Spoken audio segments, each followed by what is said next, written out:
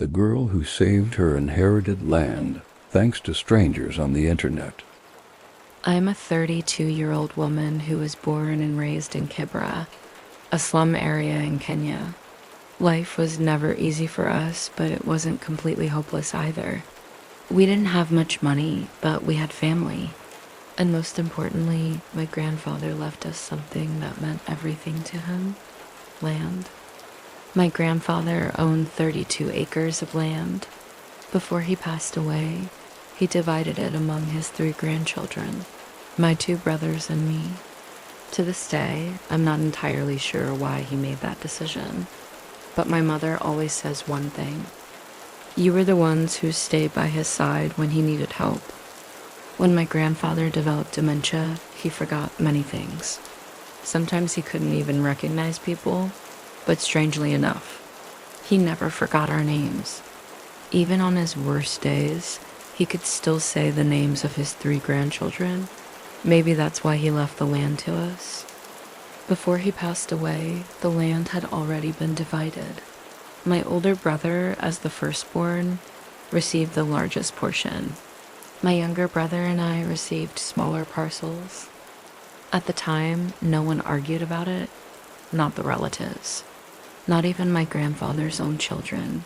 Everything was peaceful. Until last year. The decision that started everything.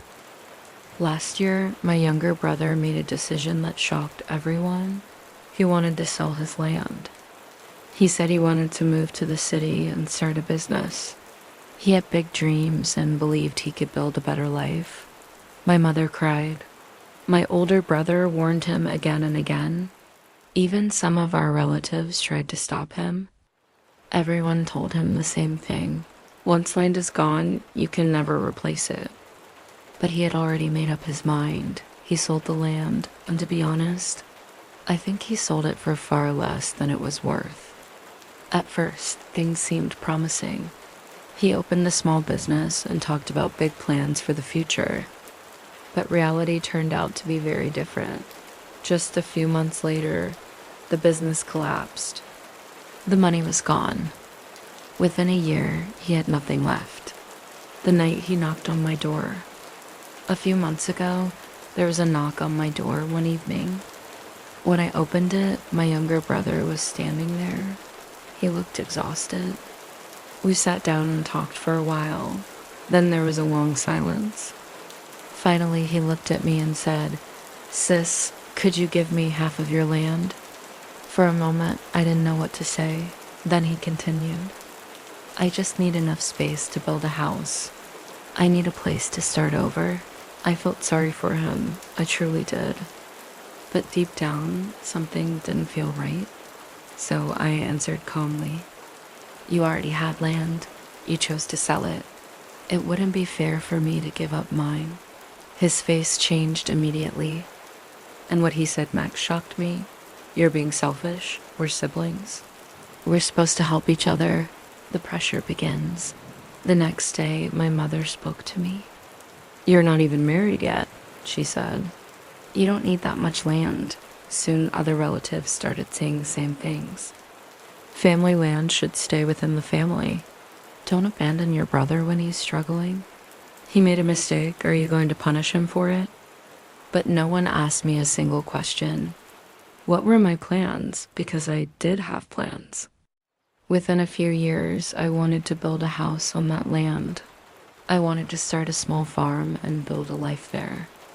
But if I gave away half of it, all of those plans would disappear.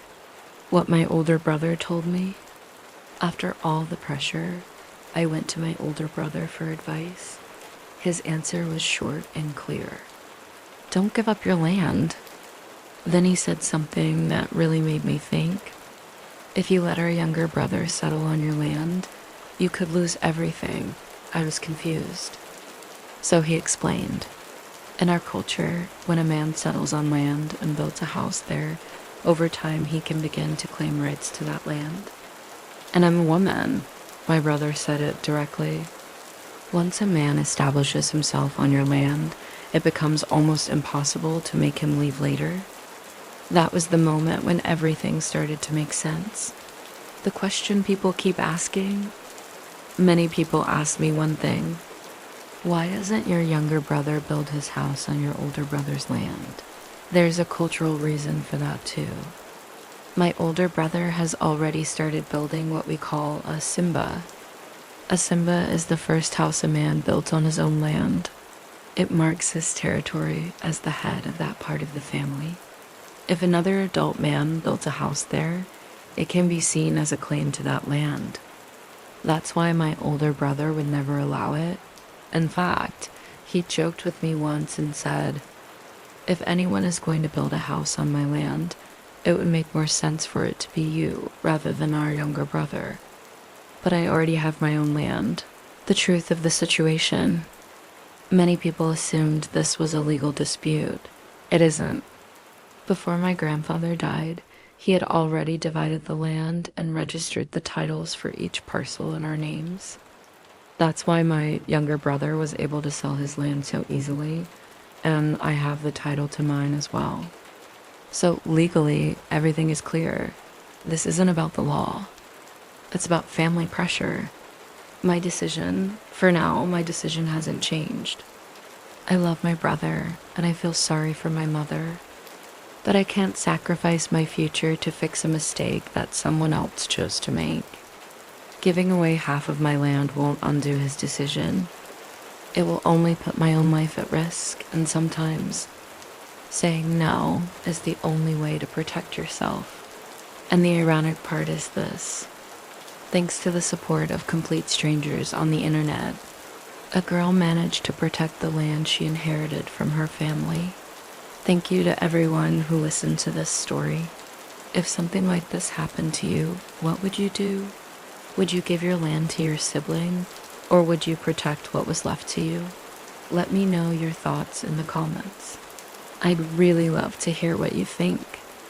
And if you enjoy stories like this one, don't forget to subscribe and follow for more real-life stories and dramatic family situations.